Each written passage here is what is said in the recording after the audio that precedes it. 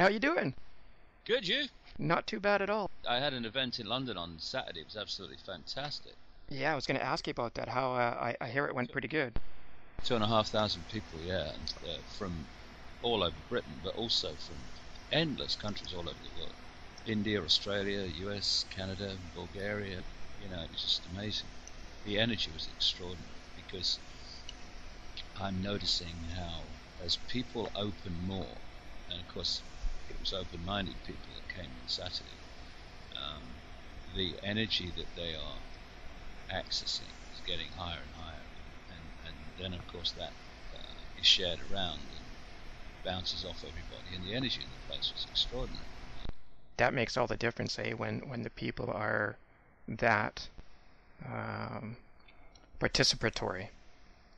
Yeah, because it is I realised this a long time ago when I was doing this stuff. It's an energetic occasion. That's what it is. It's there are words, of course. There's lots of bloody words, and there are pictures and all this stuff. But it's the energetic field that's created that's the real power. This was in London. London. Now, was this the same place that you did several years ago? Yeah, I did it a couple of years ago. Yeah. Yeah, at the Very Brixton. powerful. Yeah, it's just down the road from the Houses of Parliament. The last time we spoke was several years ago when we had you on the program, and then I came out and saw you in Seattle.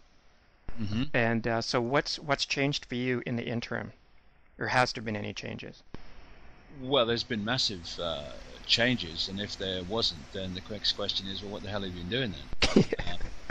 I think this is an important point because we are seeking to understand more and more about the nature of who we are, where we are, and the manipulation of the mass of humanity that's been going on for thousands of years is now reaching a climax in many ways in terms of the nature of the world that we're being led into, the Orwellian state and all that. And there is so much to know, so much to uncover. The rabbit hole goes so deep, much deeper than mainstream conspiracy researchers often understand, because they're focusing only on the 5 sense level of the manipulation, and it's much deeper than that. So it's an ongoing process, and if you are saying the same 1 January as you're saying the January before, then the question again is, what the heck have you been doing? And this is a journey, and it's like Socrates is supposed to have said, wisdom is knowing how little we know. So there's never a point within this illusory physicality when we've accessed everything there is to know. So it's been a journey in which more and more layers have been coming off me, and therefore more and more layers have been coming off my understanding. I think this is another area where we forget that the person researching and the person seeking to understand more, it's not just an external thing. It's not just about them seeking in the external world, which is a projection anyway. It's about them working on themselves and opening up themselves and realizing that to access more and more understanding, we have to open ourselves more and more so we can access that greater understanding. And so it's been a process, a journey since that event you talked about in Seattle, where I've faced some enormous challenges. And those challenges have given me greater insight both into myself and the way the world works. And the theme, the road that I'm going on very much now and have been moving towards slowly but surely for some years, is down to the nature of reality. What is reality? Who are we? What are we doing here? These are the questions that we need to ask, and we need to understand at least the themes of the answers to really understand the nature of the conspiracy. Because in the end, as it's becoming clearer and clearer to me, the bottom line of this conspiracy, it's not manipulating the banking system, though that's an expression of it. It's not manipulating the political system, though that's another expression of it. These are very valid areas, absolutely, and we should research them, and we should understand them, and we should communicate them. But the bottom line of it is the manipulation of humanity's perception of itself in the world. And that means suppressing as much as possible the range of frequencies that we are accessing. So therefore suppressing the range of understanding and perception and awareness and vision that we're accessing.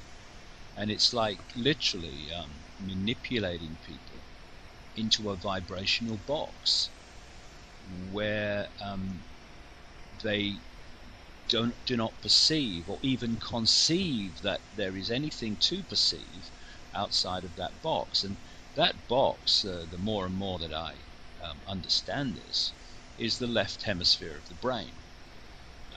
That is the box which is like everything, you know, that there are different elements of life and different elements of people that are necessary as part of the whole balance and the whole working mechanism.